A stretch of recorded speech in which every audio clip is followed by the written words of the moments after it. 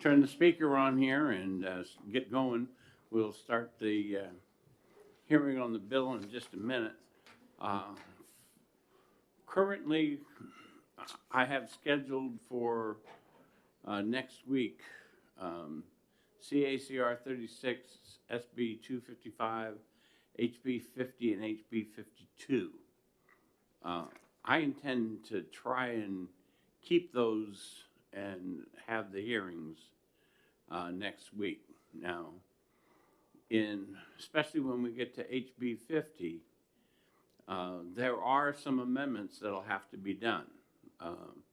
An example is that when the House did the redistricting of representatives in Nashua, Nashua had not developed their plan for their own redistricting, and their plan has up to somewhere around a 7% population deviation in their own community. And I believe that the House's plan assumed that they would have equal population in the ward when they did it, and that, might necessitate them making some changes in their plan going forward, but we don't have that yet, okay?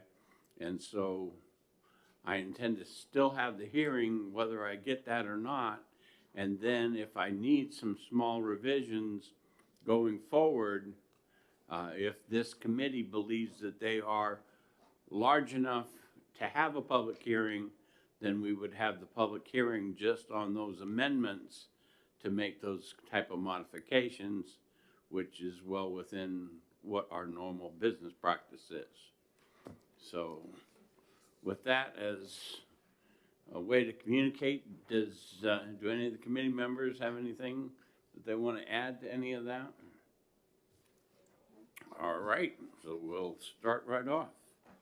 And Senate Bill 247, relative to broadband infrastructure bonds. And we'll ask the prime sponsor to come on up.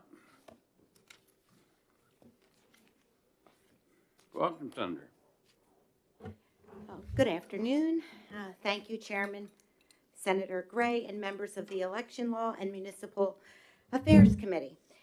For the record, I'm Senator Denise Ricciardi, representing Senate District 9, which comprises 14 towns from Bedford to Sharon. I'm appearing today to present legislation I've sponsored, Senate Bill 247, an act relative to broadband infrastructure bonds, and to respectfully request your support for this important initiative. Senate Bill 247 would empower New Hampshire municipalities and counties to finance broadband infrastructure projects in any location within a municipality with funds raised through the issuance of bonds or notes. I proudly sponsored this legislation in order to enable communities throughout the state of New Hampshire to provide their residents with access to high-speed, quality broadband connections and service. Of course, of the recent years, the legislature has acted favorably in supporting multiple broadband-related initiatives, including legislation focused on assisting smaller and rural communities, especially those communities located in the areas of the state beyond the reach of incumbent providers. The policies enacted by the legislature have manifested in tangible projects, each representing its own success story, and in each providing the availability of broadband services for New Hampshire residents who would otherwise continue to lack access. These success stories were made possible by legislative action which authorized towns to raise project funds through bond offerings, mostly underwritten by the New Hampshire Bond Bank. I am so pleased that many of the success stories have taken place in multiple towns within my Senate district, creating new and exciting opportunities for many of my constituents. This is a program that works and delivers important results. Consistent with previously enacted policy, Senate Bill 247 would represent yet an additional and important advance and would build upon the state's existing range of broadband-related programs. Similar to previously enacted legislation, which focused on small rural areas, Senate Bill 247 would provide authorization for all New Hampshire communities to issue bonds to finance broadband projects. Senate Bill 247 would foster the continued development of broadband infrastructure without the need for any state funding and without affecting those projects which are either underway or in a conceptual stage. Senate Bill 247 is essentially a piece of local control legislation consistent with New Hampshire's long-standing tradition. If adopted, my bill will allow local communities to make their own decisions, and based on the success in small and rural areas as a result of previously enacted legislation, I am convinced that many New Hampshire communities will strongly consider exercising the new and exciting authority offered to them by Senate Bill 247. In the final analysis, Senate Bill 247 places the authority and the decision-making in the proper place, in the hands of the people of New Hampshire at a local level, and within their respective communities where they live, work, and deserve the unlimited benefits associated with high-speed, quality broadband services. I thank the committee for your consideration of Senate Bill 247, and I would be pleased to answer any questions. Thank you. Questions from committee members? I do have a question. When you look at the deletions on lines 6 and 7, page 1, line 20 of page 1, lines 24, 25 of page 1, line 2 of page 2, there seems to be a theme in there taking out the legislation that this committee and its predecessor put in there to protect the investment of the businesses that went in, and it seems to remove all of that and put the town or city in direct competition with those providers. Is that your intent? Well, the point is that you should be able, what's wrong, well, with competition? And the point is that, for example, I'll use one of my rural towns, Dublin. Right now, they're in better shape than the town I live in because they were one of the rural areas and they have faster speeds than we have. They have more opportunity. We're tied and locked in some of the bigger towns because of that legislation. And I do have people that will be able to speak a little bit better to the bill on those questions. Okay, thank you, Senator. Any other questions? All right, seeing none. Let me look down through here. Rick Fabrizio opposes, not speaking. Andrew Menaville supports and not speaking. So we'll go back up to the top and we'll go right to NHMA and Margaret.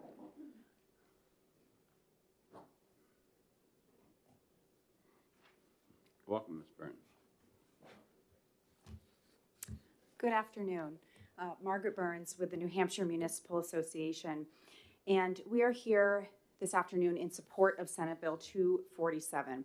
And not being an expert in broadband, I'm going to give you my best take and understanding on what the bill does and why it's an important piece of legislation for New Hampshire. The bill essentially creates an additional tool for municipalities in their efforts to improve broadband infrastructure. As you know, currently, the legislation only allows municipalities to acquire broadband infrastructure bonds for areas that are unserved per statute. In New Hampshire, that is a fairly limited number of areas that truly qualify as unserved, and that means it is ultimately a limited number of municipalities who have the ability to acquire broadband infrastructure bonds for improvement to their broadband. Essentially what the bill does is it creates a new opportunity for municipalities that don't currently have it to have a new and different option for improving broadband in their community. And Bill Duchatko, who is a town councilor in the town of Bedford and the primary proponent of the legislation, is going to talk a little bit this afternoon about what they're experiencing in the town of Bedford, a town that is otherwise considered served, and for that reason does not have the ability to improve either reliability or speed of broadband through the acquisition of broadband infrastructure bonds. One of the issues that has come up as well for towns, even in towns that are unserved and are therefore looking to acquire a broadband infrastructure bond, one of the issues that has come up for them is the difficulty in mapping. So mapping, of course, is required in order to determine which areas are unserved and which areas are served by broadband. And at NHMA, we have certainly heard over the years since the current form of the legislation was passed, we have certainly heard frustration of towns from getting the information they need to do the mapping to determine which areas are served and unserved in order to move forward with broadband infrastructure bonds. So by taking out the requirement that the area be unserved, some of that frustration and some of that additional work would not be necessary. I believe this afternoon we will hear the argument or the position that expanding the ability to acquire broadband infrastructure bonds to all areas would lead to overbuilding in some communities. I find that to be an unlikely scenario because even under current law, not many municipalities use the broadband infrastructure bond provision. It is no light lifting to go through the process of planning, mapping, scoping, entering into an agreement, and ultimately selling the idea of a very expensive long-term bond to the voters to approve and to enter into. And so if the legislation is expanded as Senate Bill 247 would propose to do, I think we would see it used rarely, but used potentially very effectively in communities that are otherwise served but have issues with reliability and speed of their networks. Finally, on the issue of sort of what qualifies as served and whether additional investment should be made in areas that are considered served but have low and unreliable access to internet. Recently, the U.S. Treasury put out its final rule relative to the American Rescue Plan Act funds under the Coronavirus State and Local Fiscal Recovery Funds. And I mention this because under the interim final rule, the original rule that came out relative to those funds, municipalities and direct recipients of the federal funding were restricted to using those funds for areas that were not properly served, did not meet that 25/3 internet speed. And under the final rule, which has just come out a few weeks ago, U.S. Treasury has recognized that those federal funds should not just be restricted to areas that are unserved and has expanded the ability of municipalities to use those federal funds even for areas that qualify as served. So even for areas that have sort of the bare minimum speed and access, now they're able to use their federal funds to invest in those areas and to improve speed and access in those areas as well. So we see that as sort of a recognition that with our continued reliance on internet speed, both for personal, business, and educational use, there are needs that municipalities have, and they are looking for new ways to invest and improve their networks and their communities. So for those reasons, we do support the legislation, and I am happy to try to take any questions that the committee has. Questions from the committee? Seeing none, thank you. And you mentioned Mr. DeShapko, so Bill, come on up.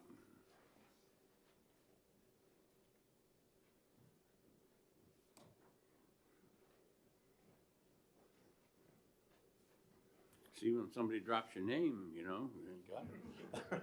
Why not? And everybody's pronouncing it correctly. I'm great. Thank you very much for the opportunity to testify on behalf of Senate Bill 247. This has come up as has been alluded by both. I'm sorry. I'm Bill DeShatko.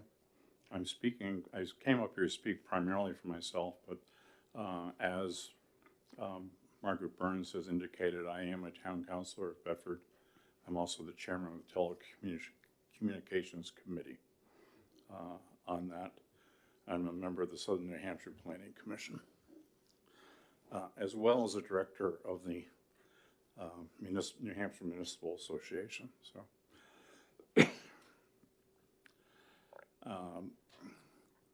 Margaret alluded to the fact of why did, we want to answer some questions here. Why is Bedford getting involved? We're responding primarily to the input of a survey that was taken almost 4 years ago. That was the initial survey of about 500 people. This survey was prepared under the auspices of our telecommunications committee and was administered online to people that were prepared to answer that. It was publicized by simply handing out 3x5 postcards at our town election, which unfortunately had to be one of the lower turnouts of historically because of the weather. So we had about 2,000 voters, probably 1,000 looked at the cards, and believe it or not, we got over 600 responses to the survey. Survey is very simple. We're trying to find out if they were satisfied with the current service that was being provided into Bedford. Out of that 600, close to 527 people responded that they were very dissatisfied with the service that they were getting. Is provided by a number of different providers on it. The problems were essentially lack of speed, lack of promised speed, lack of reliability, lack of customer service, and just a general impression that they got that they were nothing more than captive creatures of the companies that had, for the most part, inherited their communications capabilities within our town. That led to a number of efforts of research, and we contacted a number of organizations, primarily in the southwest part of the state, that were working on solving their own access problems. We have no intention and had no intention of going to our own competitive municipal internet. That is really kind of an item of a last resort of any community, although that has been done fairly successfully throughout other areas in the country that really had no type of service whatsoever on that. So that is the motivation. And as we found out, that basically the whole southeast area of New Hampshire, running from roughly a triangle from Concord to Somersworth to Seabrook to Jaffrey, contained a number of communities that were prohibited from even exploring the opportunities of finding different ways to solve similar problems. And this was only because we had gone and prior legislation has basically prohibited towns that had some type of service, marginal service, from issuing or having potential of issuing bonds. Now I say potential because, as has been alluded, there's a lot of work before that idea of issuing a bond for a specific expansion of an internet infrastructure and its actuality it's immense. It takes years. Not only do you have to get the engineering correct, you also, most importantly, have to have a full vote and buy-in of your community. Under our particular circumstances, we need a supermajority vote to approve any type of bond issue. So there's a lot of controls here, and one would presume that if our population is controlling our bond issue and our financing, that they are very much in favor of that particular project. Not having the option of looking at it really sets us back to the 19th century, not even the 20th century. We need local control of things that are being done locally.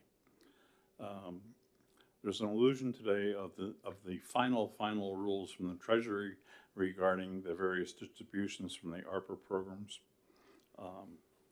and the other infrastructure programs. one of the things that has come out and has been criticized already by the providers of the industry is the fact that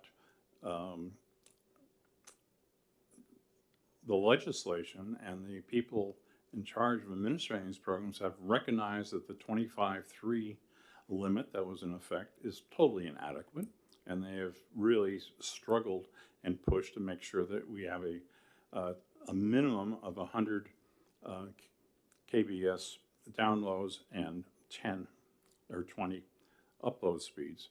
Those upload speeds are marginal for most of the use that we're seeing now.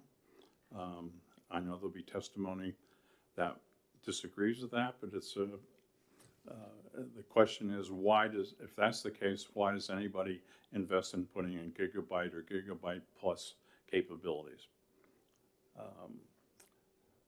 What we're looking for is to keep New Hampshire, or give our localities the option to stay in the 21st century and hopefully be prepared for the 22nd century.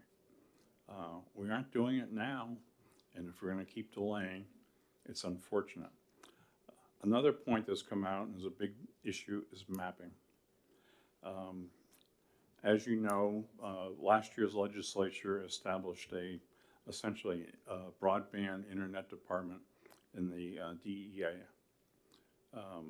This has been recently staffed and is up and running. One of their first tasks, and they admit it, is finding out, again, correct mapping. It does not exist. Everybody knows what has been provided for maps is inadequate. Why have maps? We know that everybody in this state, every person should have a right to have access, not because they happen to have one facility, one house that a provider says, oh, it gets this service. All the rest of them may get nothing.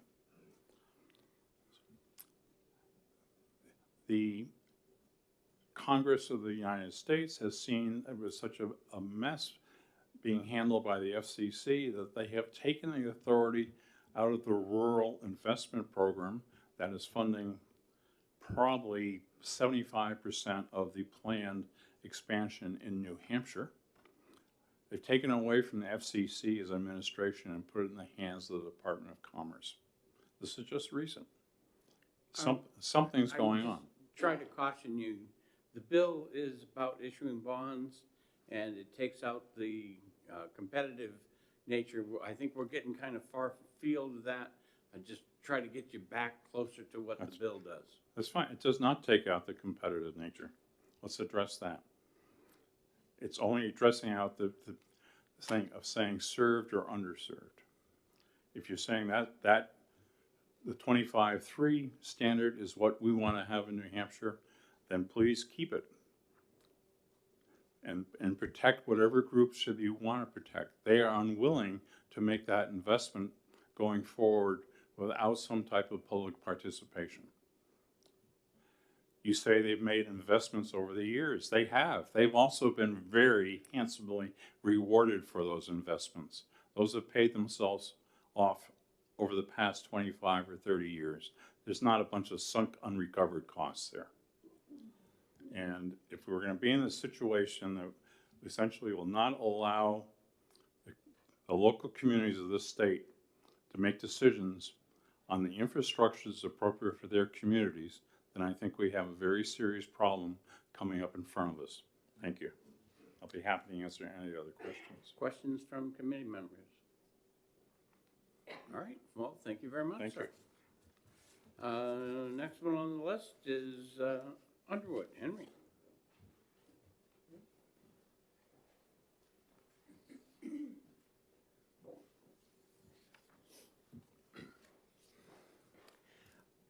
Good afternoon, Mr. Chairman and members of the committee. My name is Henry Underwood, and I'm a professional planner with Southwest Region Planning Commission, serving 33 communities in the Monadnock region of New Hampshire.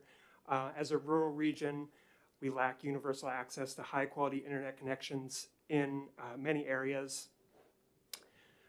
Broadband bonding has had a 100% success rate when put before voters in New Hampshire municipalities. Since 2019, as many as 18 of our 34 communities have authorized municipal broadband bonds. Combined with private investment, this amounted to over $40 million of improvements and universal access in these communities. However, this leaves a large number of communities which may be left behind, in some cases due to the unserved criteria of the statute. The requirement for communities to compile this information is complicated by the number of providers, lack of response, availability of data, and removing the requirement of municipalities to quantify this detailed information would simplify the process and increase access to this financing tool. We also know that definitions of unserved and served are useful. However, we've seen that simplifies a complex issue. The use of broadband is constantly and quickly evolving, and definitions of unserved and underserved do not keep pace. For example, they don't target the needs of, say, small businesses, community anchor institutions like schools that may have higher requirements. For these reasons, removing the unserved criteria for bonding as proposed in this bill would allow more flexibility to improve service based on the needs from community to community, or maybe communication district to communication district. I hope this information is helpful as you consider the proposed legislation, and thanks for the opportunity to share my perspective. Thank you very much. At this time, I have to go to a prime sponsor bill, and the vice chair will take over the rest of the hearing. And I'm happy to take any questions. Any questions from the committee? Seeing none. Thank you, Mr. Underwood. Chris Rand.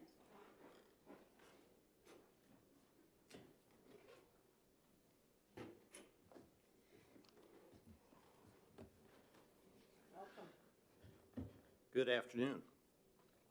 My name is Chris Rand. I'm Vice President of Granite State Communications. I'm here today representing several members of the New Hampshire Telephone Association. NHTA is composed of internet and voice providers serving some of the most rural areas of New Hampshire. The companies I'm here speaking on behalf of today are Bretton Woods Telephone, Dunbarton Telephone, Granite State Communications, of course, and the TDS companies. These companies provide internet and voice service to mostly rural areas, and taken as an aggregate are close to 100% fiber covered.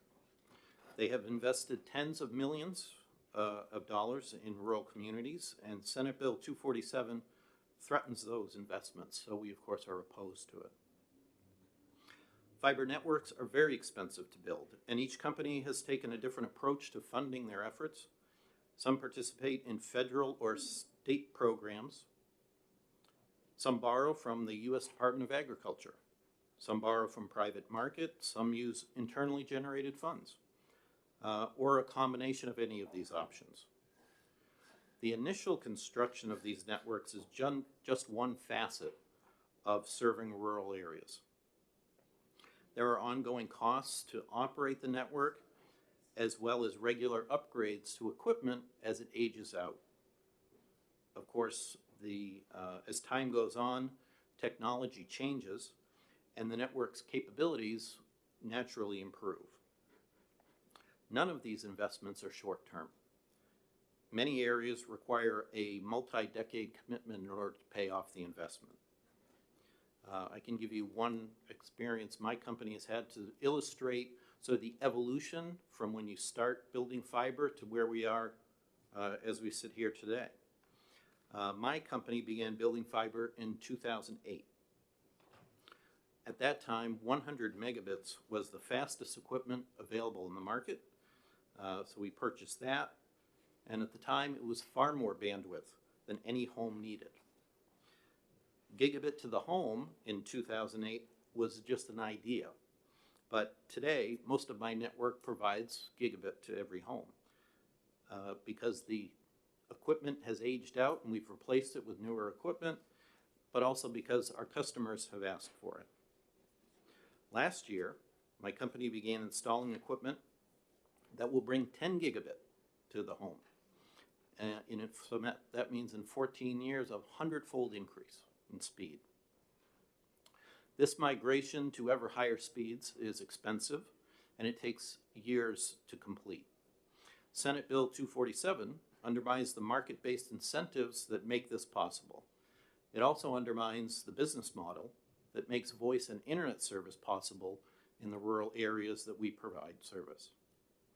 The changes proposed in Senate Bill 247 could create a situation in which a provider who borrowed millions to build a state-of-the-art 1 gigabit network finds its investment threatened by a municipal network. The ISP could be just a few years into paying back a 20-year loan when the town's selectmen, for instance, decide that 1 gigabit is just too slow because technology has changed and everybody wants 10 gigabit now. As presented, this bill would allow the town to bypass the provider, to bond, then overbuild, and compete directly against the provider, or to pay someone else to do exactly that. Effectively, the town would be picking winners and losers. Current law enables towns to work with providers to fill in coverage gaps that exist in hard-to-reach areas that are not financially attractive without these public and private partnerships. By eliminating the qualifier of unserved, Senate Bill 247 will enable towns to compete directly against providers to, quote, serve any location within a municipality, end quote, rather than funding only the unserved areas that are a problem today. We are at a point in history where government and industry have joined together in innovative ways to solve the bandwidth deficit in these unserved areas.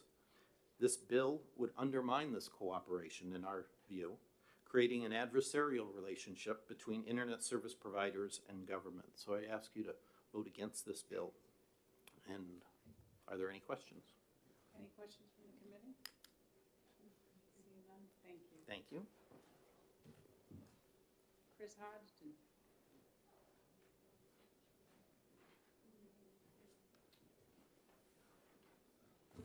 Chris Hodgson. Good afternoon. Just for the record, my name is Chris Hodgson. I represent Comcast here in New Hampshire. I've passed out my written testimony and have included with it a PowerPoint presentation. I'll just summarize my comments here. So I think, first and foremost, I think it's important to draw a distinction between what this legislation does and what the law passed in 2018 has accomplished. That law was entirely focused on solving New Hampshire's rural unserved issue. And I think by most stakeholders' opinion, it has been successful. This bill, unlike that effort, is entirely about creating a scenario where government becomes a competitor to the private sector in areas that are already served. It is wide open in the way that might be applied, but what we're talking about here is either government bonding and building networks that directly compete and are owned by the government, or are owned by the government and there's a chosen provider who gains the benefit of this public subsidy.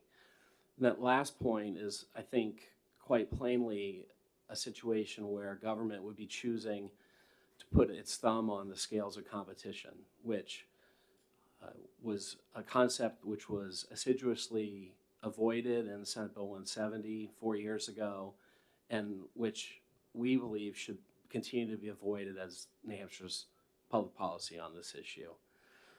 The question of the extent to which, let me step back a little bit. Part of the reason we supported Senate Bill 170 was that there are absolutely areas where the private sector has not deployed broadband. That's indisputable.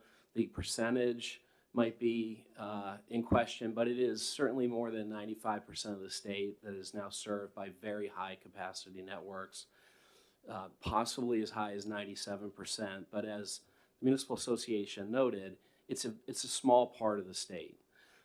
It's not a small part of the state necessarily geographically, but it constitutes a small part of the state's population, which therein lies, of course, the challenge that we have.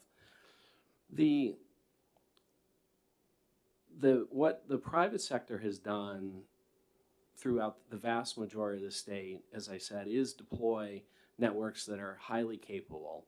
Every cable provider that's part of the association that we belong to, small and large, which, by the way, constitutes 95% of the state's coverage, offers services either at or in excess of a gigabit a second, which is 1,000 megabits. So the notion that somehow the 25 by 3 standard, which continues to be the FCC's standard for broadband speeds, is a ceiling, is flawed. It's not a ceiling, it's a floor, and it is, I think, indisputably the case that providers in the state are far exceeding that level of speed and investment. The question of mapping is an interesting one, actually. Last year, this committee addressed that issue in Senate Bill 88. Senator Ward sponsored it. And during the hearing on that, you heard frustration on the part of both providers and municipalities that the flow of information back and forth was not working well. And that bill, which has become law and is in effect, addresses that. And it very clearly articulates how providers should be expected to provide information about coverage. It clearly sets out a timeline to do so. It very clearly explains how municipalities should reach out to providers and who they should reach out to.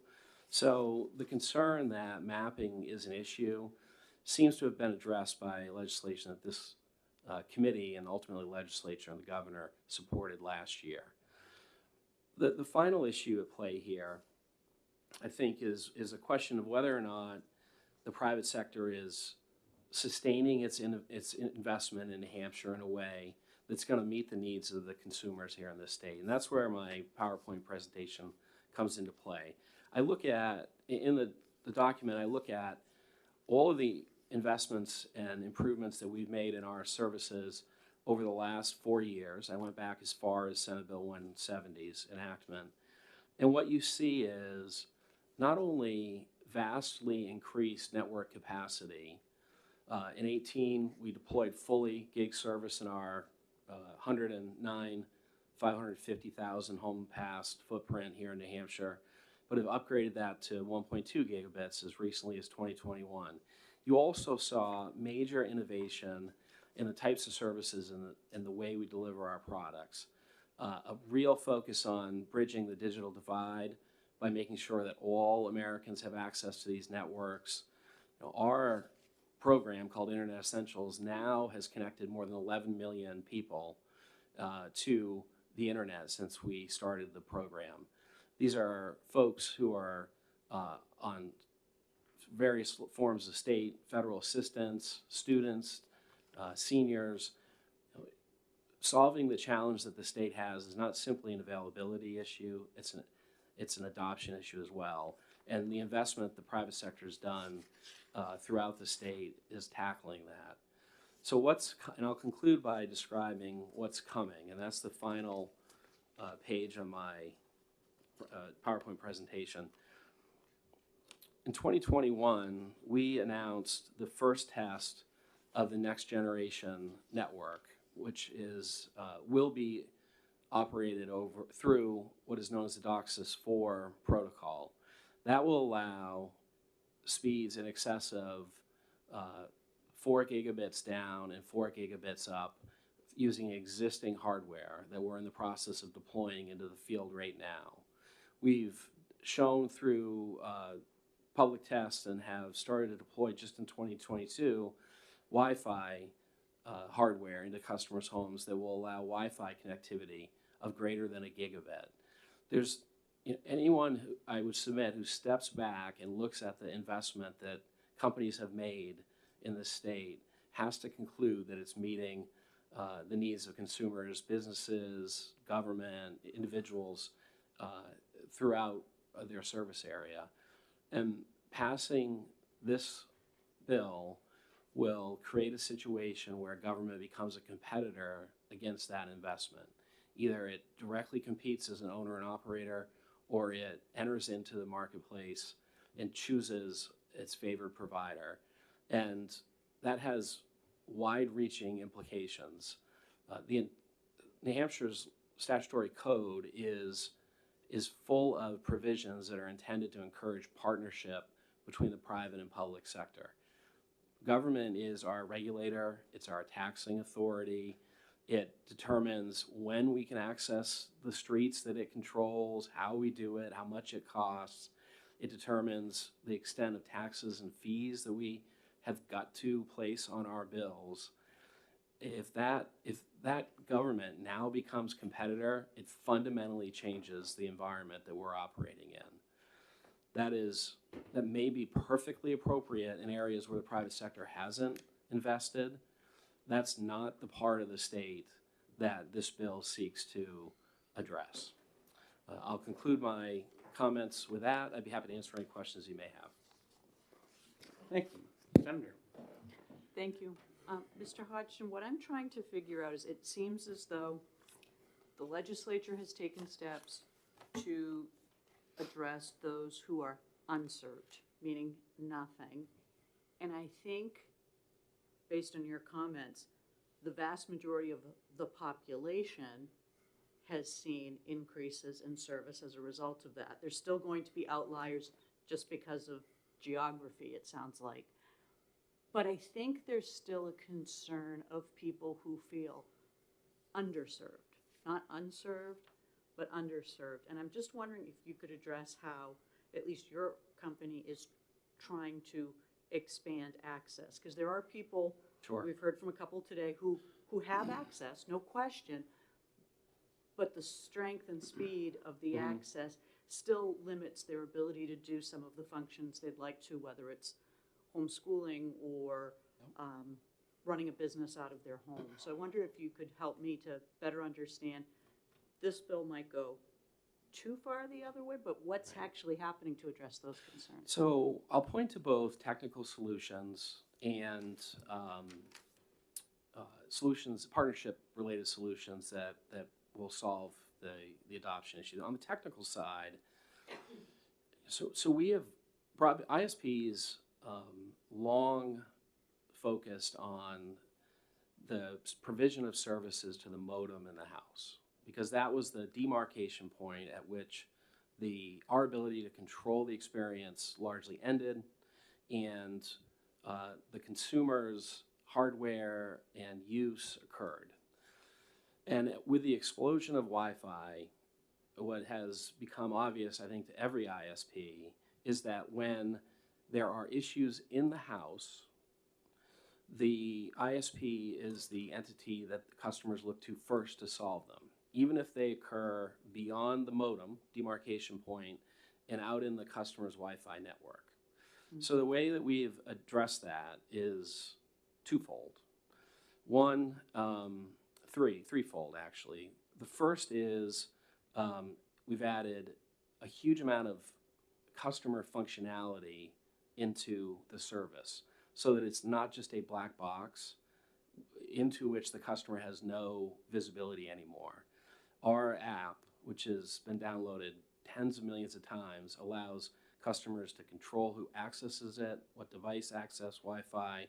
It gives them visibility into who's in it, which devices are using bandwidth, which devices are using bandwidth inefficiently, and how they're using bandwidth. So that's been a huge improvement in terms of customer control. The second issue, technical solution there, is the deployment of Wi-Fi pods, extenders in the house, right? Decisions are made all the time by consumers about where to put these gateway devices, the modems. They often don't maximize the coverage in the house. So the development of Wi-Fi pods, which we provide and can be bought at any electronics store, has really allowed for a whole home solution. And the third piece of the technical solution is the overall capacity of these Wi-Fi in the home Wi-Fi networks. You may well have 1.2 gigabits of bandwidth capacity at your modem, if your Wi-Fi transmitter can't throughput that broadband capacity through that home network, you're not going to experience that network, those speeds. So the announcement that I referenced in my presentation that talked to the next generation gateway, what that essentially is a brand new Wi-Fi 6E certified modem that allows multi-gigabit throughput in Wi-Fi modems, so that the same level of broadband capacity we provide at the modem is available through Wi-Fi in the customer's home as well. So that's the technical solution. The to what we see as the primary issue, that when customers come to us and say this isn't working the way I want it to work, it is most frequently related to that bucket of issues. The second one is adoption, right? So how do you, people who either haven't adopted for whatever reason, they can't afford it, they don't see value in it, they don't know how to use it, whatever those reasons are, that's adoption. And what we have done is stand up over the last decade the very robust Internet Essentials program. It's still available for $9.95 a month. The eligibility is everybody from participants in the Pell Grant program to any state or federal assistance, the HUD program, seniors who are receiving SSI benefits. I mean, it's a very widely eligible program, and it's designed to get people online. We've also, since the beginning of the pandemic, done a couple of things to make sure the network is accessible to everyone. All of our public Wi-Fi hotspots, which we have over 16,000 of in New Hampshire, are open to anyone. They're not only available to customers. And then lastly, we have stood up what we call lift zones, which are Wi-Fi enabled community facilities. We partner with nonprofits. We give them a very robust technology suite so that people can go. It's predominantly geared towards kids, but they can go and access the internet in a safe environment and do their schoolwork, do whatever they need to do. So there's a lot of folks doing a lot of great things to solve these challenges. That's just an outline of some of the things we're doing. Thank you. Additional questions? Thank you very much. Thank you for your time. The next one on the list is, I can't tell the first name, but Weston. Mora. All right.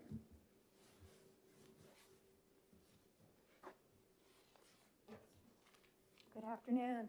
I apologize, I don't get great marks for handwriting. But I appreciate the opportunity to be Well, here maybe nonetheless. my bad marks for reading. Yes. Thank you.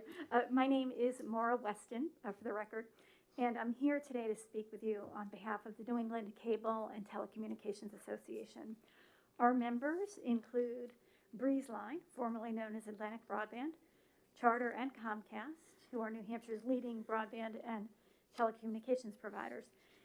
Together, they serve approximately 485,000 customers and offer their services to more than 650,000 locations in more than 184 communities. I submitted my testimony in writing for you today, so I'm going to summarize a few key points for you. As I mentioned, I'm here today in opposition to Senate Bill 247. We believe it's unnecessary and imprudent. We believe that the current law is working. You've heard that from many today. In fact, Senators Gray and Senators Khan led the effort to enact Senate Bill 170 back in 2017 and 2018. We appreciated their efforts and fully supported that bill in its final form.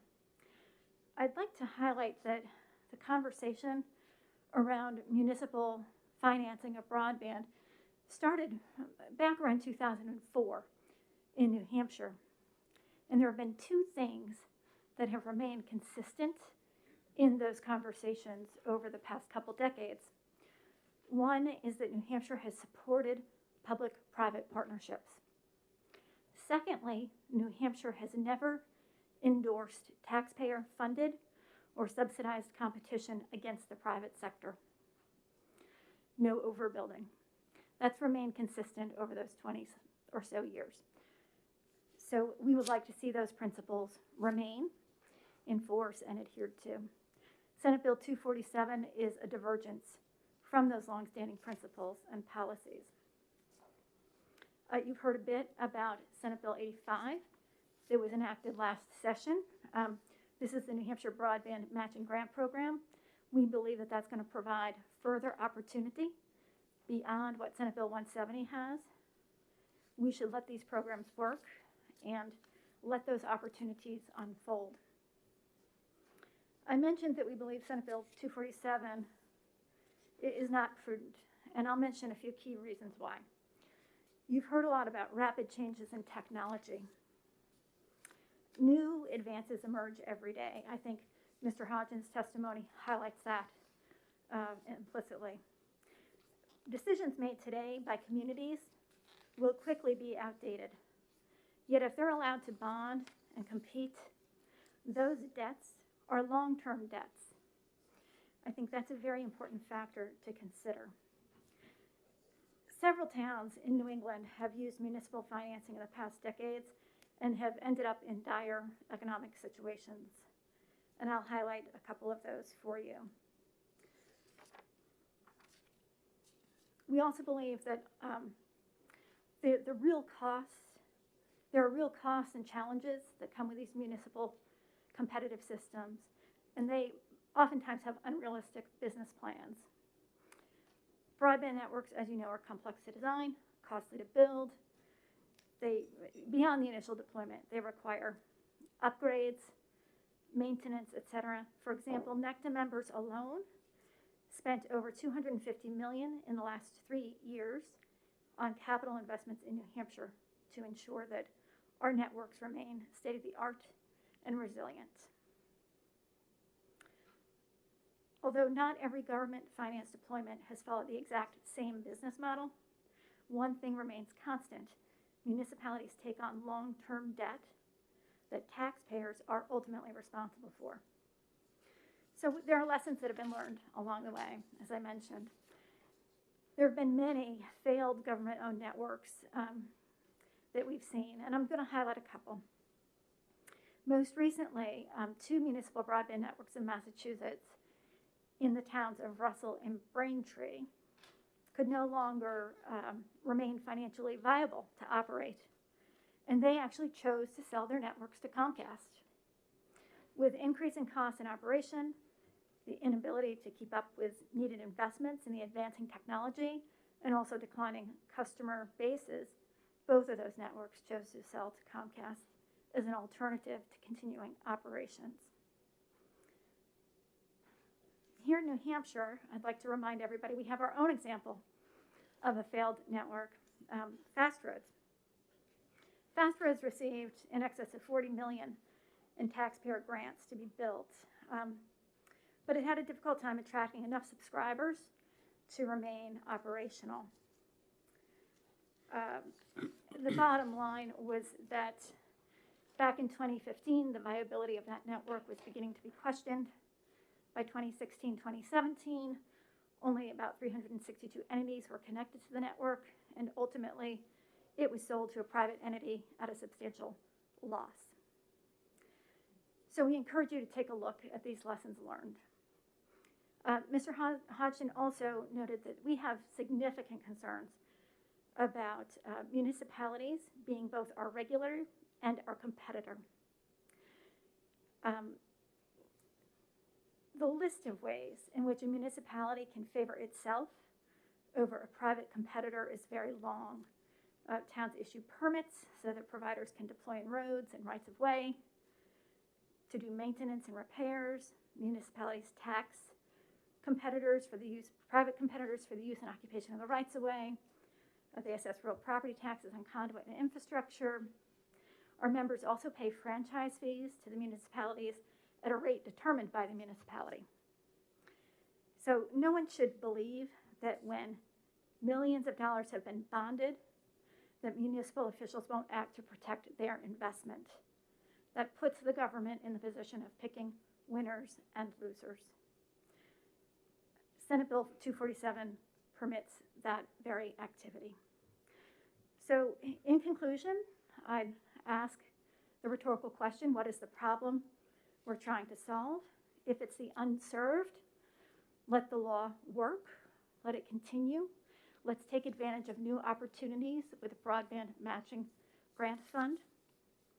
And I would urge you not to go down the road of taxpayer-funded competition with the private sector. Adhere to the principles that New Hampshire has had in place for 20 years or so.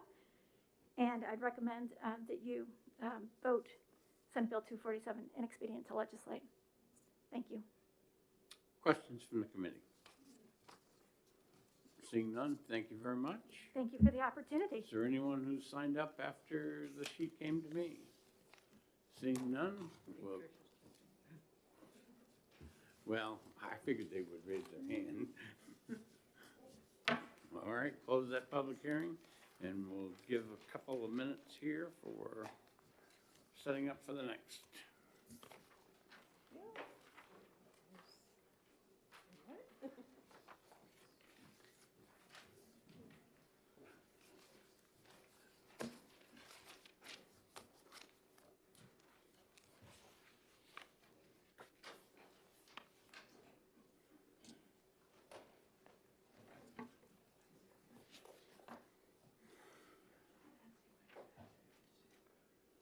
All right.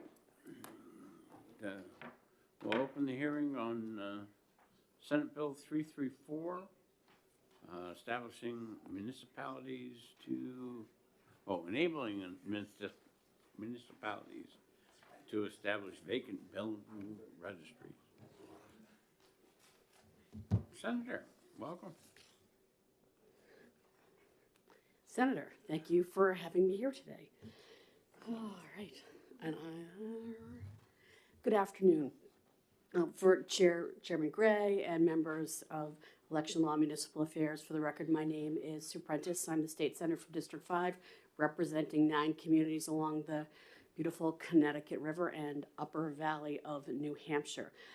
I am here today to introduce Senate Bill 334, which is enabling legislation to allow municipalities to establish vacant building registries. Introduce this bill at the request of the city of Claremont, which is within my district.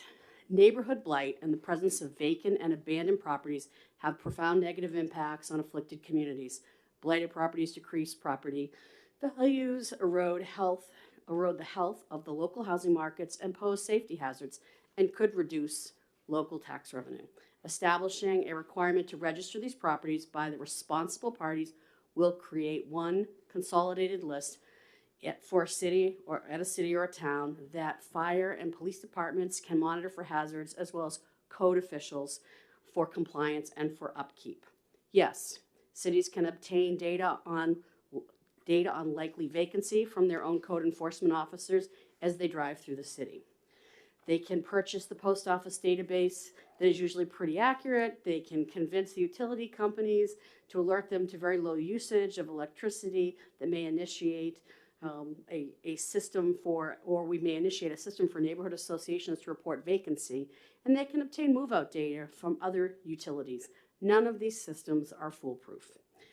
When there is a fire in one of these properties, or property damage from, say, a broken pipe or pipes in cold weather, time is of the essence.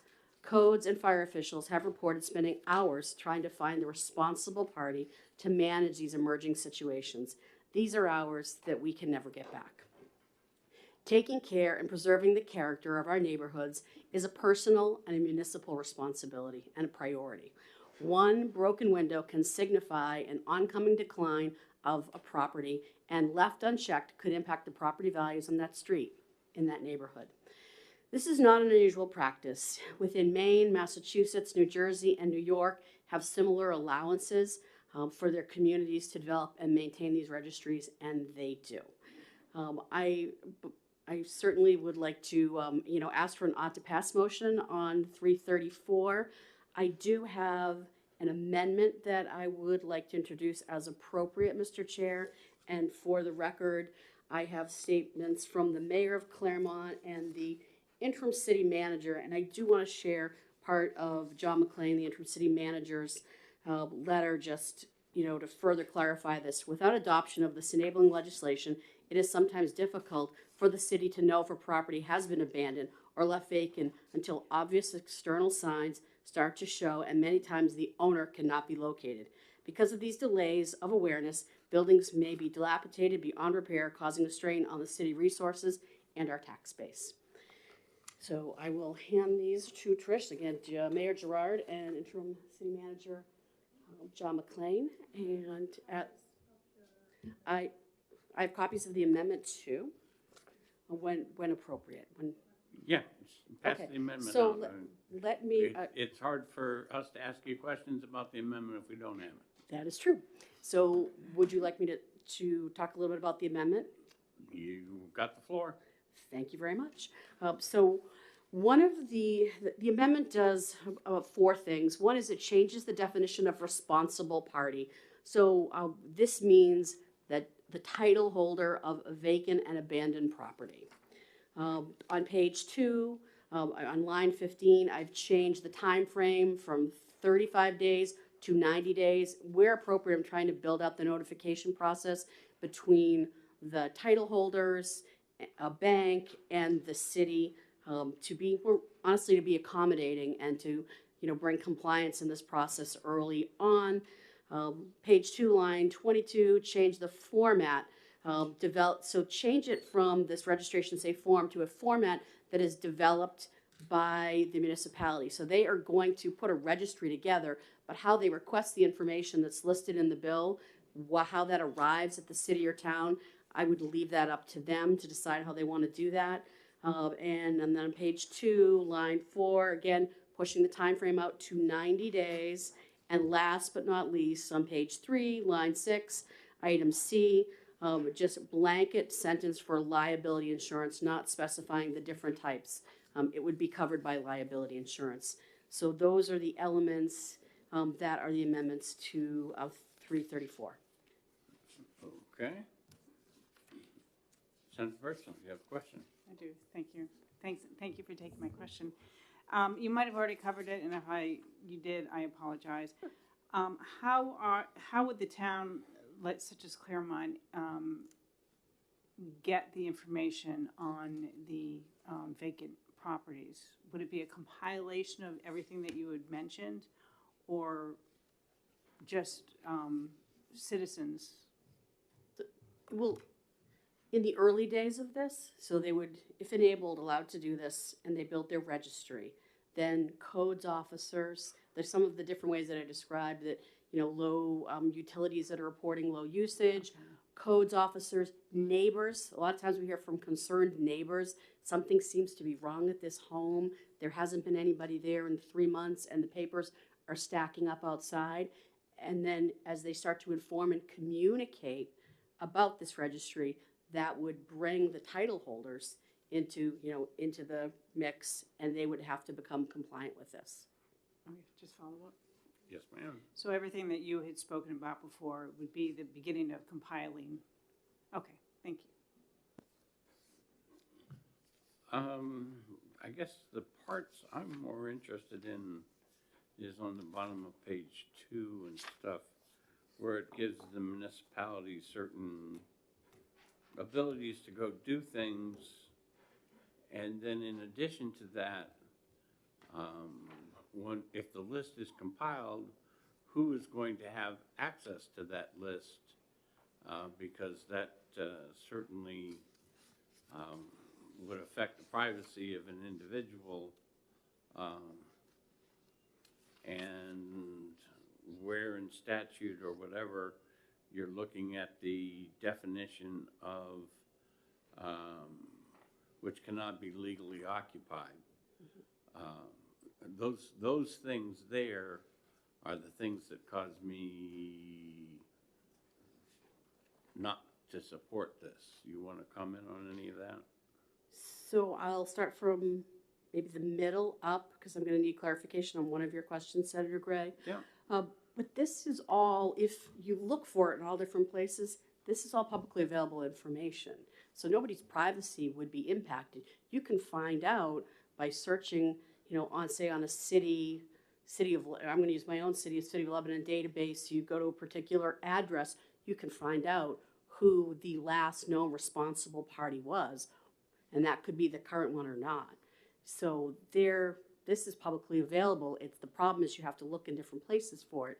But I don't think I'm answering your question, so Well, help me out. If I could, on that point, yes, Yeah. I can find out who owns it, but I may not be able to tell whether it can legally be occupied or not without going into the house.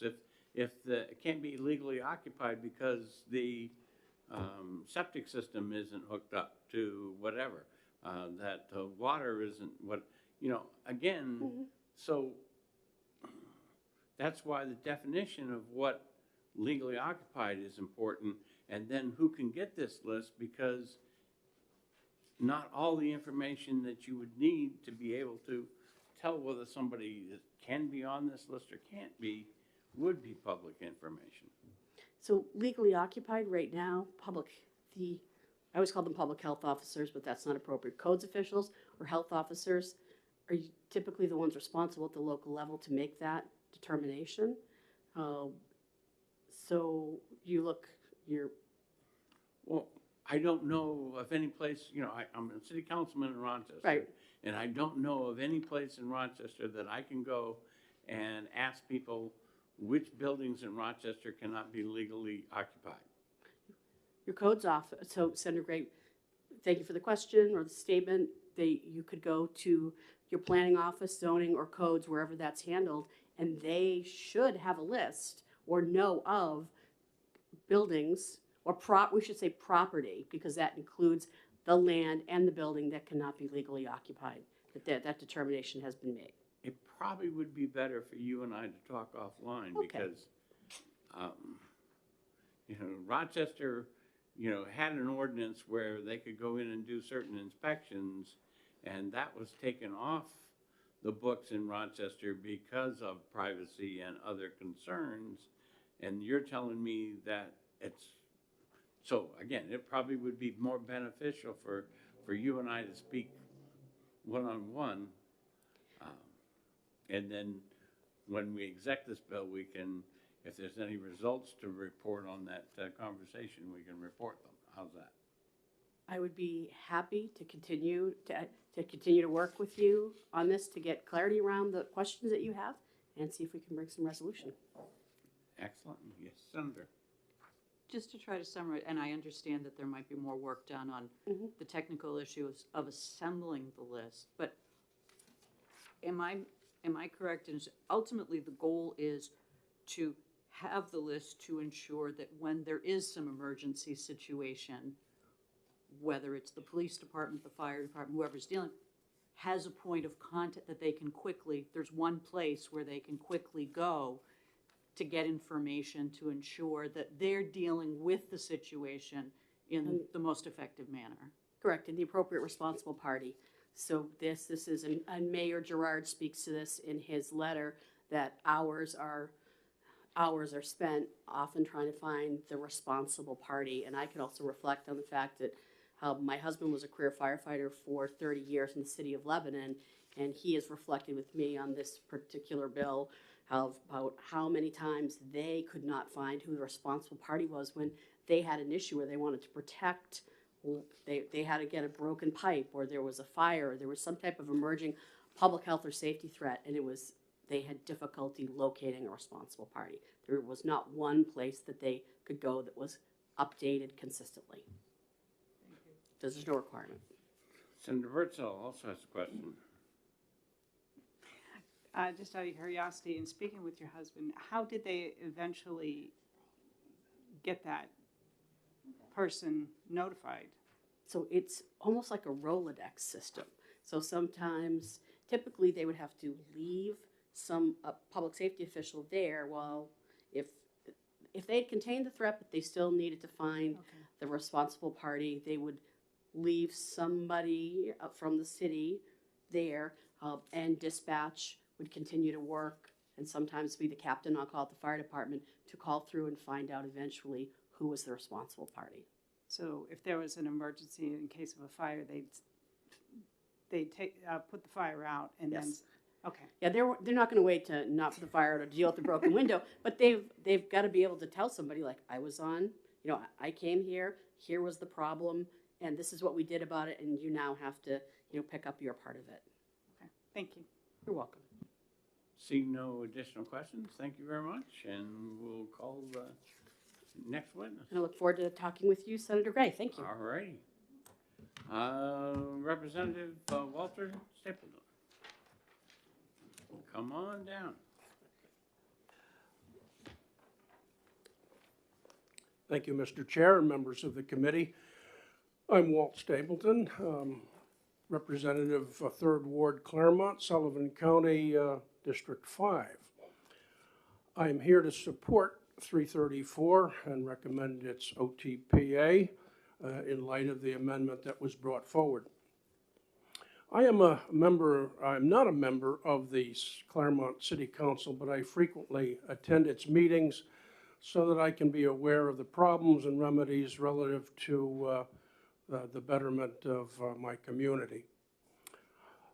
SB 334 is a remedy. It's a tool to an ongoing problem of vacant buildings in our city that have become derelict and a danger to public safety, contribution to crime and blight on our city.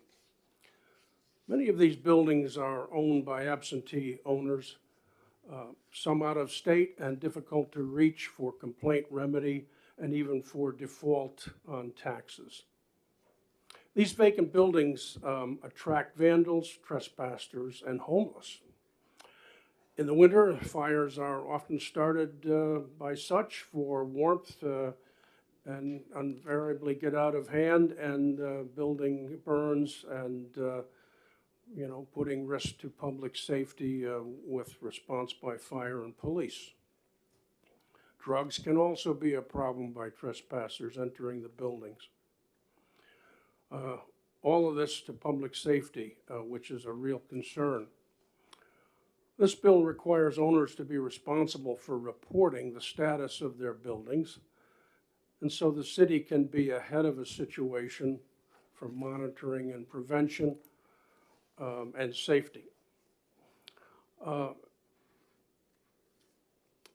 Many of these situations, or sometimes these situations, have deteriorated to tax seizure for unpaid taxes and subsequent demolition. And we had a case this last year, 39 Main Street in Claremont, where pieces of the building were falling off onto the sidewalk in the street.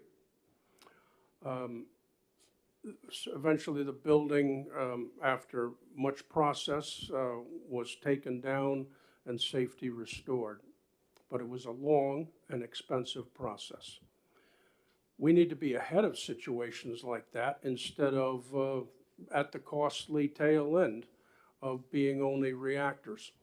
This tool will be a handy thing to have, the registry, to keep the landlords aware of the situation and the responsibility, and also a tool for the city administrators as well as the emergency services people to be able to focus on something and where the problems may be coming from vacant buildings.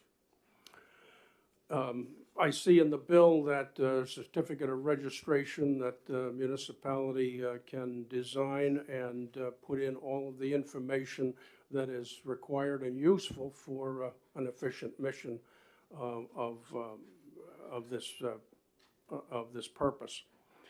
On the question of legally occupied, I kind of read this legally occupied to mean occupied by owners, renters, or lessees of the building, as opposed to illegal trespassers, squatters, or interlopers entering the buildings unlawfully. That was my first read of legally occupied. Maybe that needs some clarification, but as I say, my first read of it, that's how I would have interpreted it. And that concludes my testimony here, and I urge you to support this bill along with its amendment. Thank you. Are there questions from the committee members? Senator Ward. I have a question, and I'm not sure if that should be addressed to you, Senator Prentice. But it seems to me that if this tool is going to be used to identify buildings that don't have anybody living in them at the time, how about adding buildings that are temporarily not being lived in? For example, I know people who take 3 months off to go somewhere, and they're not in the building, and there's not necessarily sublet to anybody else. And it looks to me like that might not be a bad idea to notify whoever keeps this list that we're going to be gone for 3 months. Thank you for the question. I would think that's inclusive within the scope of the law. If a resident, a business anticipates more time away from the building under what would be vacancy, under the criteria that's in the bill and the amendment, that they could fill out that certificate, and that would be helpful for fire and police to keep an eye on the building for safety and security. I'm not sure if anything additional has to be done, but perhaps amendment to the effect of temporary vacancy might be positive to protect property and public services. Additional questions? Seeing none, thank you very much. Thank you. And that is everyone we have on the list. Is there anyone out there that wants to raise their hand and say, I signed up and not on my list? Okay. We'll close the public hearing, and in just a minute, we will open the next public hearing.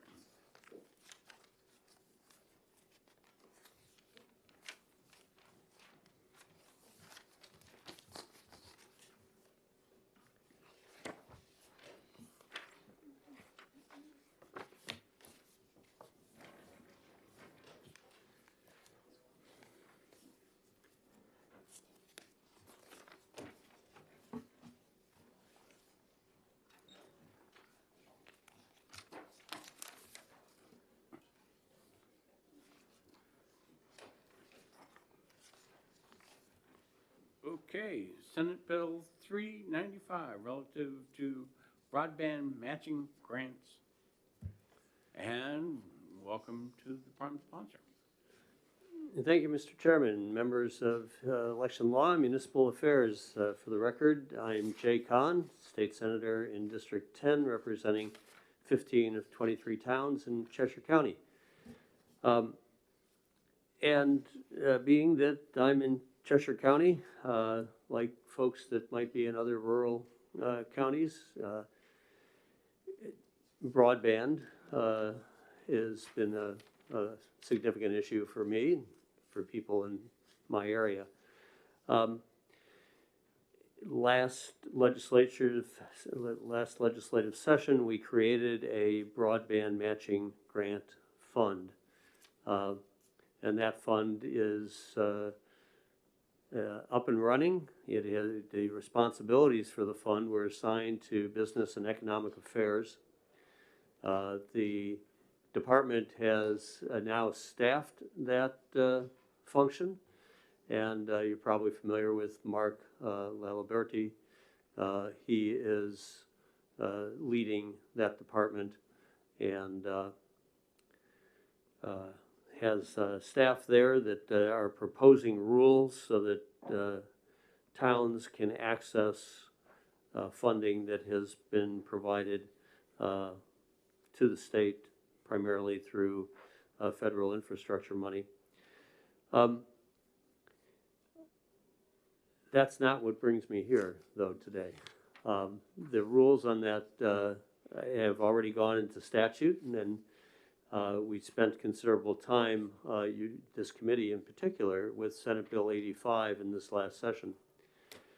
What brings me here today is the reality that cellular service in the state of New Hampshire is still very spotty.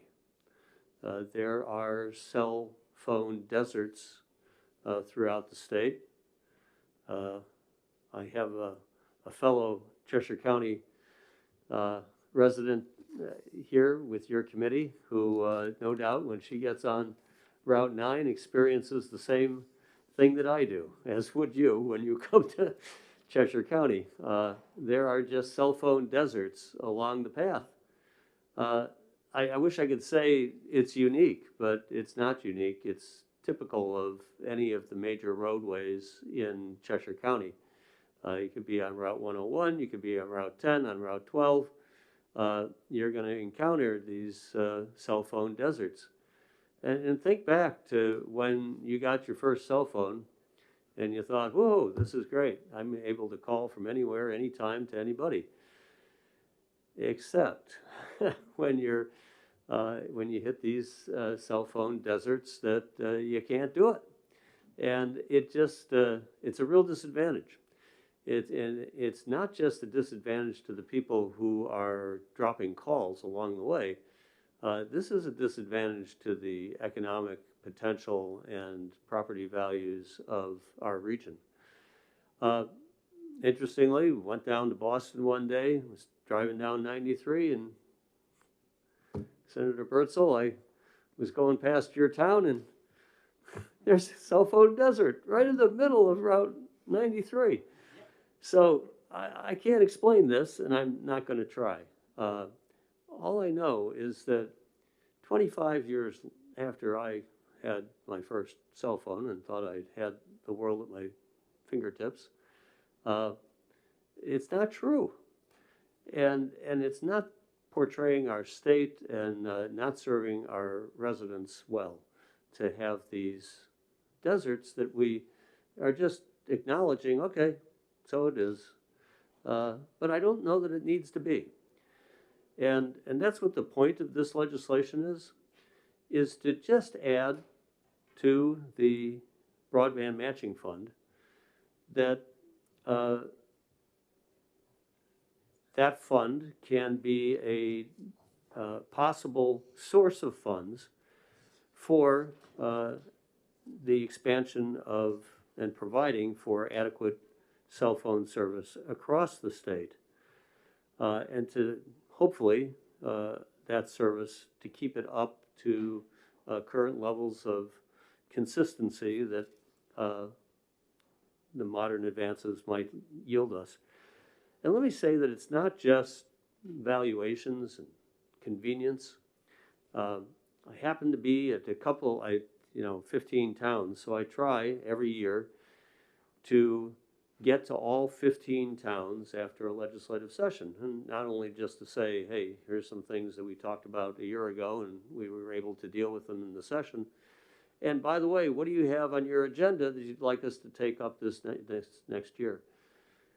3 of those towns raised, can't you do anything about cell service? And here was the reason why. And one of the police chiefs in the town said, I get a call from 911 and it tells me there's an emergency dispatch that requires my attention. I get that. I get the phone number of the person who made the 911 call, and now I try to call them and I can't reach them. That's not acceptable. We aren't living up to any kind of standard of public safety, public convenience, and public service. So I know we've worked on this, we've had different kinds of initiatives, but we still have not solved the problem. I also know that not all infrastructure money that came to the state for broadband expansion is the same and may not be even eligible to be applied to this need. But as the state might obtain dollars that could be used for this purpose, this is enabling. And it gives a direction to the new department in the Business and Economic Affairs Division to look for those opportunities. It may come from Northern Borders Act, and it may come from other funds than the Infrastructure Act. But wherever that may be, our state needs to be paying attention to this problem and not just hiding it. So I asked the committee enable this. In my conversations with the department, they are looking for the legislature to provide leadership. They are just, trying to move ahead with what leadership we provided in the last legislative session. If we provide this, they'll take it and run with it. But they won't be here today, I don't believe. I don't think they're taking a position on this bill. What they did ask is that Part B, that should this pass, that you amend this bill and remove Part B, which I think is a simple committee amendment. Mr. Chairman, I'd be glad to propose, bring forward an amendment if that's your preference, to eliminate Part B. But it leaves in place Part A, which is the enabling language for the department to act upon. So with that, I'm glad to take further questions from the committee, and I know that there are some people prepared to testify on behalf of this bill. Depending upon the committee action today, I may be able to give you a better answer on whether you need to do anything or we would take care of that as a committee amendment. So, very good. All right. Anyone have questions for? Okay. Thank you very much. Thank you, Chairman. Representative and co-sponsor. Thank you, Mr. Chair. Thank you for the chance to appear here. Thank you to the committee members. My name is Andrew Manival. I'm a representative from Cheshire County District 9. In addition, I serve as a selectman in the town of Harrisville. I'm also the chairman of that town's Broadband and Telecommunications Committee. I'm formerly the Emergency Management Director, and I serve as an officer in the Volunteer Fire Department. In respect to all of those town functions, I can't tell you how many times I've had questions and complaints about cell phone service. The number has been large.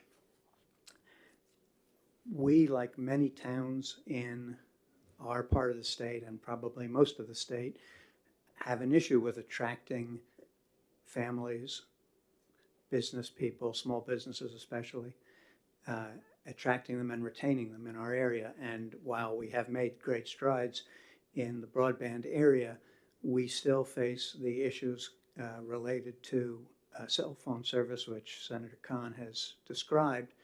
In fact, the 911 call he referred to was from my town and my police chief. And those qualities, the cell phone service, similar to broadband, is an important part of being able to attract and keep businesses and young people and families. And so we're very attentive to it.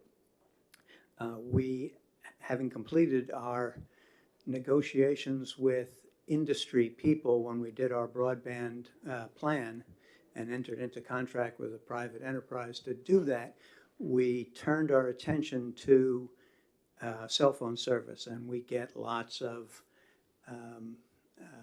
input and questions and requests that we take steps to try and make this better. Again, not in any kind of anti-competitive sense, but in the sense of doing necessary studies, RFPs, RFIs, and other community work to work toward a private market solution to our cell phone service problem. And this is just one small piece of the puzzle. Every little bit helps. The idea that we could access grant money for such an operation seems to us to be a simple but very valuable part of the puzzle. And with that, I thank you for your attention, and I'm happy to answer any questions if you have any. Questions from the committee? Seeing none, thank you very much. Thank you. Mr. Underwood, welcome back.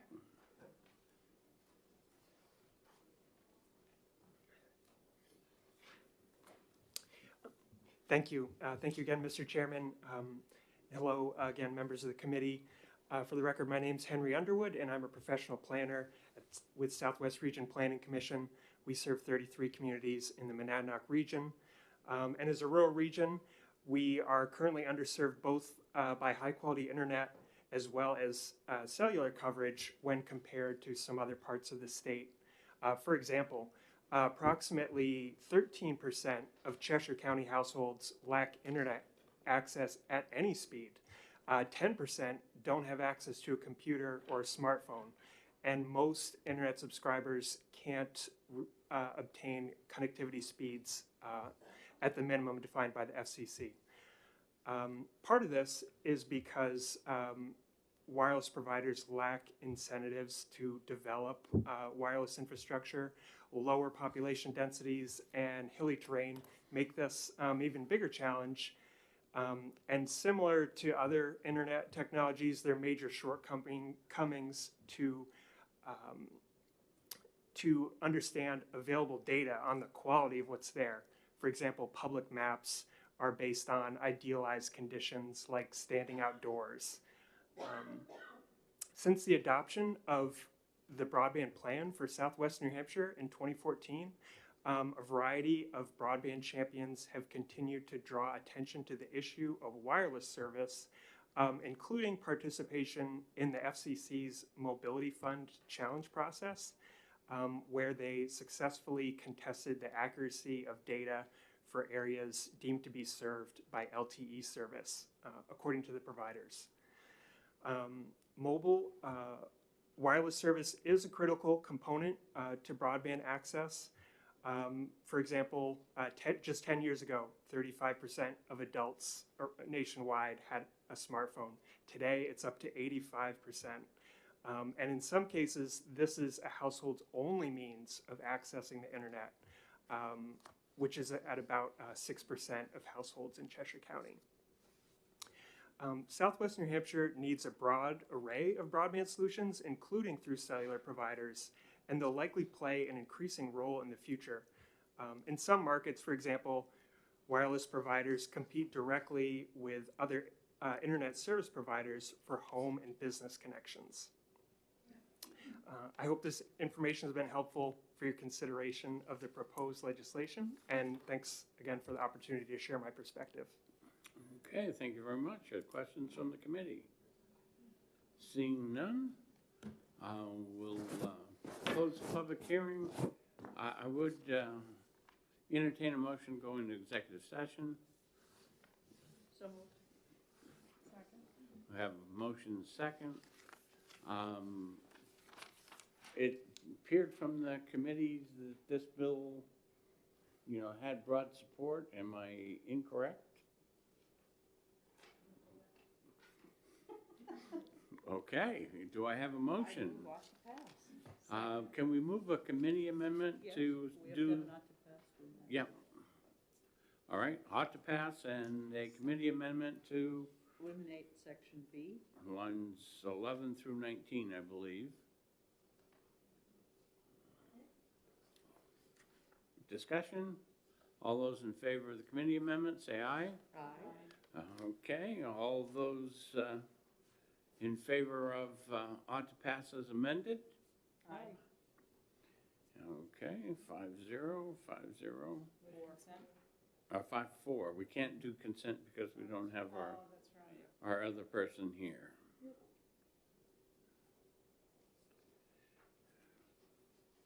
And I'll correct my records.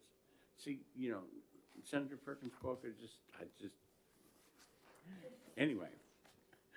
All right, so I have a motion to come out of executive session. So moved. Okay, thank you very much. And now, I can do it since I pushed. Okay.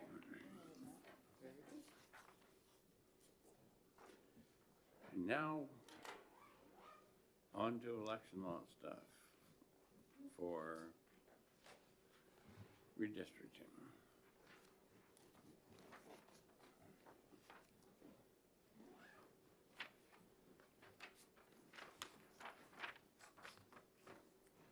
Whoa. There's a lot of interest. This may not take long. Is Wayne McDonald out there? Okay. I can text him. Um, No, he said he was gonna be back, but that was, I don't know when that's gonna be. all right. Who's the prime on the next one?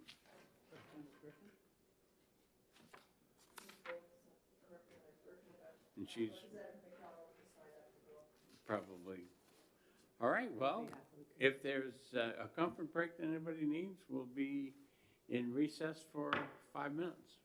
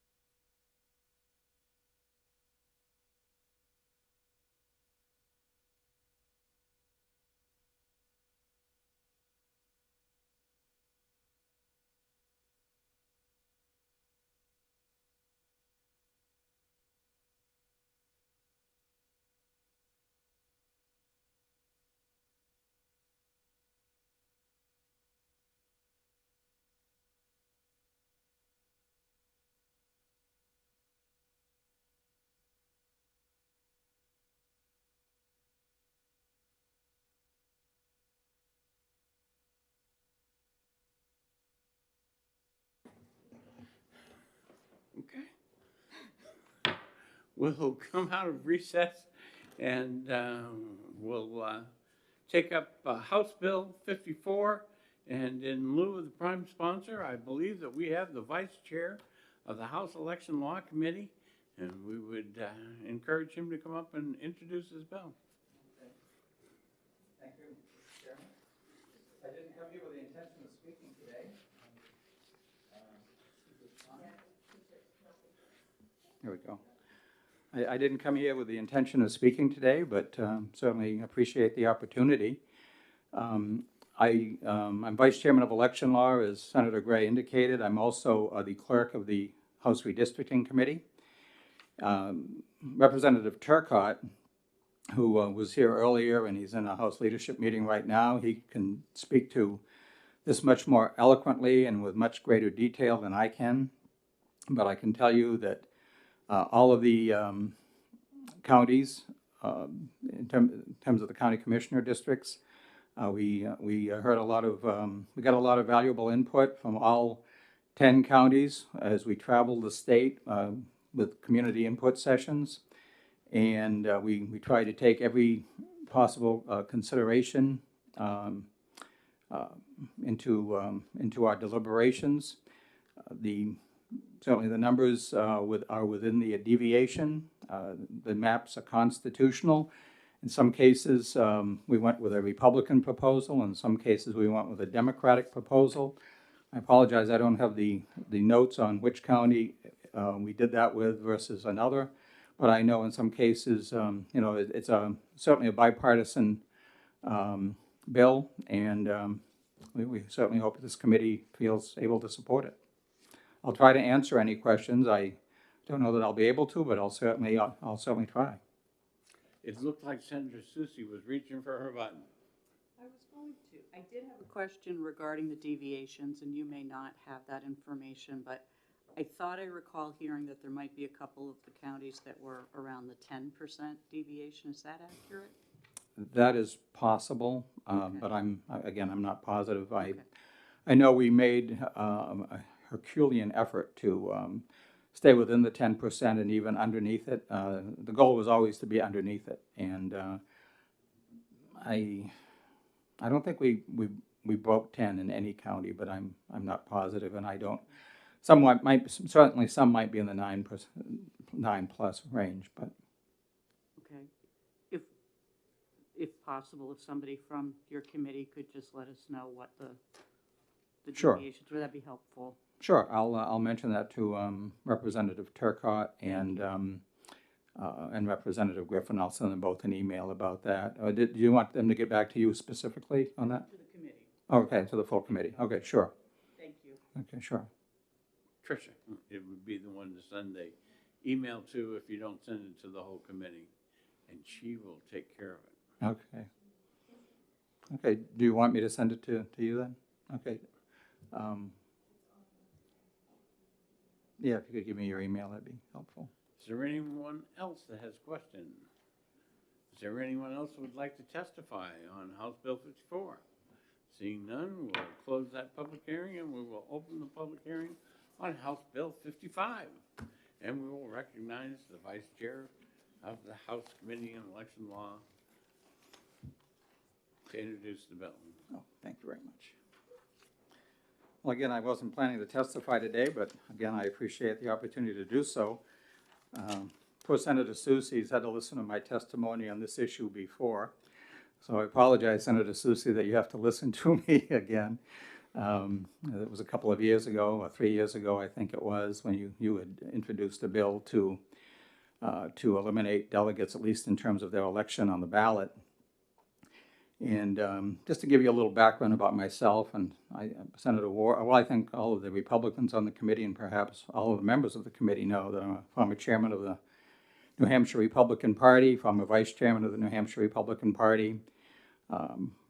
Proud of to have been able to serve the Republican Party at every level, and certainly familiar with how it operates and what works and what doesn't. And I know that certainly among the various differences between the two parties, Democrats do not elect their delegates on the ballot.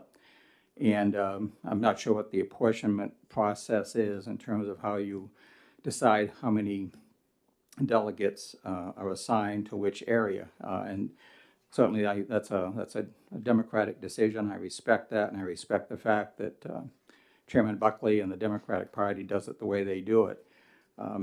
My position on, I can tell you, coming from the direction I come from, given the experience I've had, is the way the Republican Party does it is highly effective for us. I would point out that this HB 55 passed out of the redistricting committee, which is made up of 8 Republicans and 7 Democrats. It passed unanimously out of the committee, 15-0. I can tell you that it went on the consent calendar. It was not pulled off consent calendar. It passed the House without debate on the, as nothing on consent calendar. Obviously, there is no debate.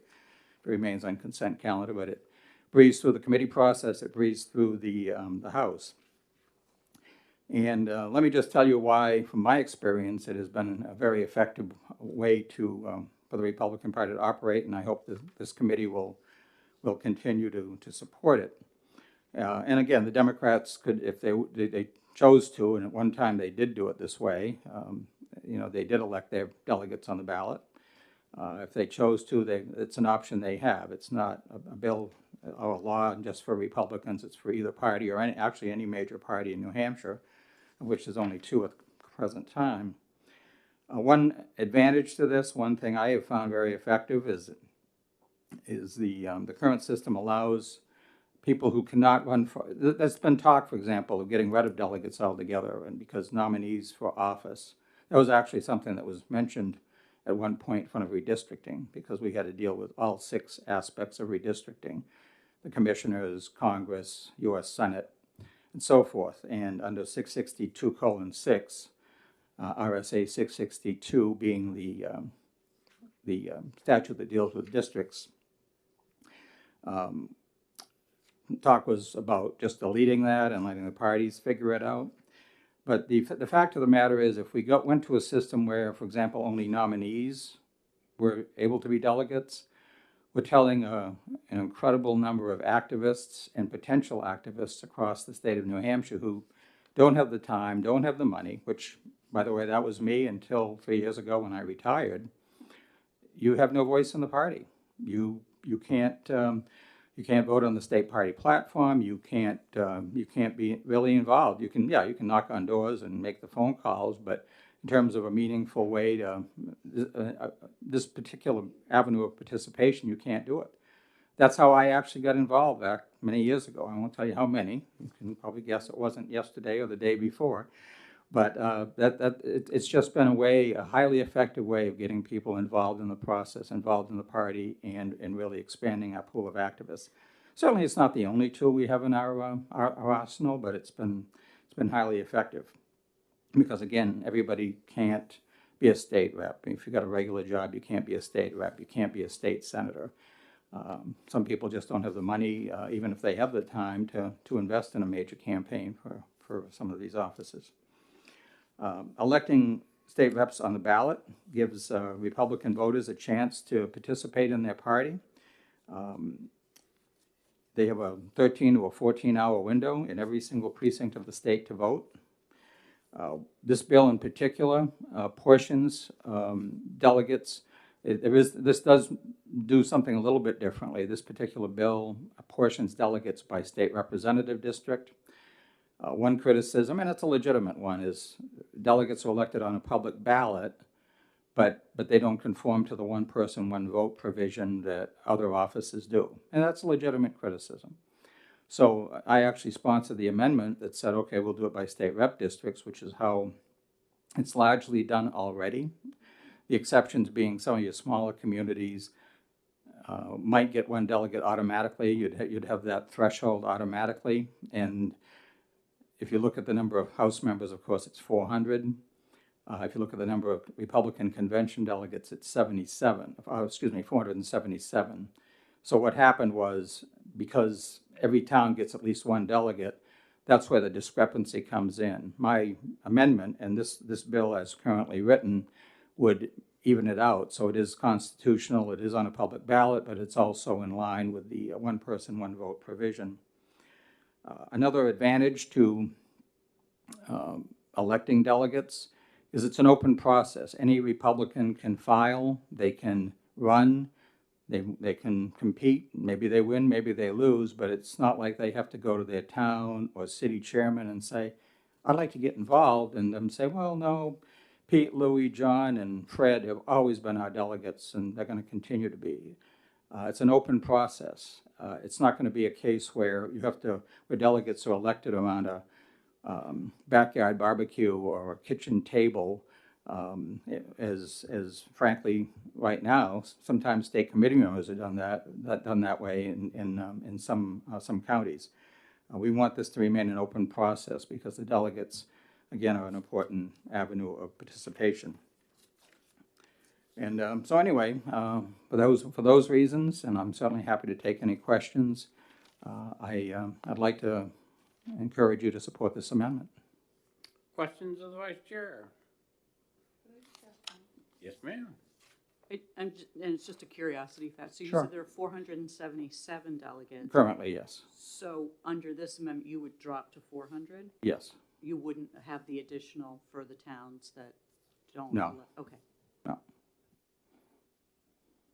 Seeing no other questions from you? We're all set. Mr. Say, you're the only other one that I think is on the list. Okay, thank you very much.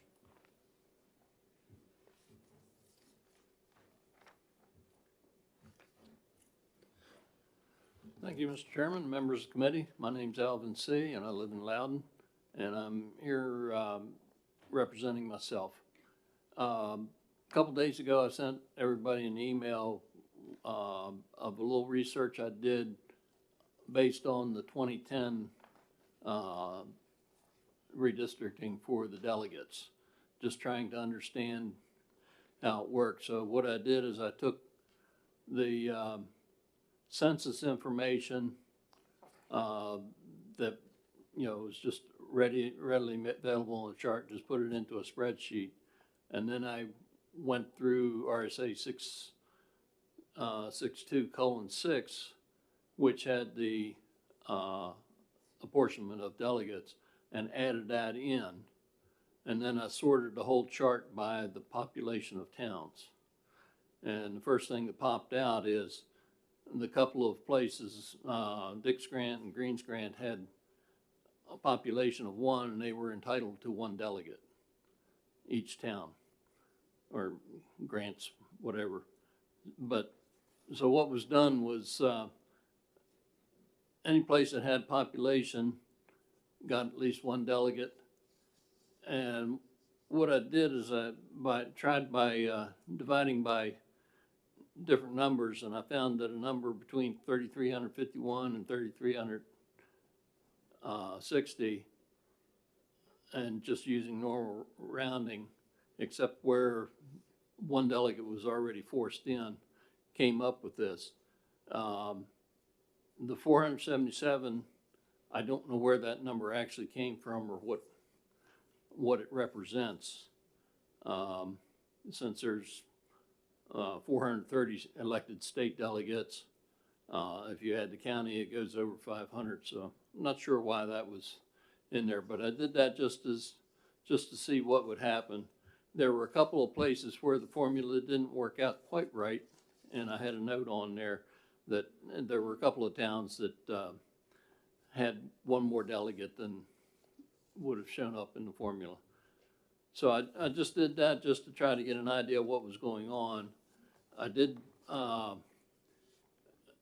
do it for the 2020 population census numbers, and I presented that to the House Redistricting Committee, but they chose not to do that. Obviously, a town that has a population of 1 and gets a delegate, that's essentially 100% deviation.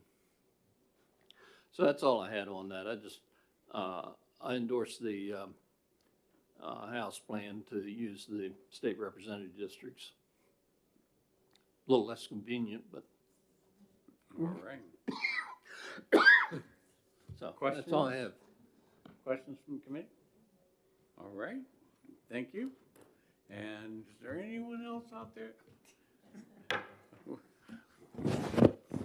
The hearing is closed, and I don't want to exec those now, so. Very good. Bye.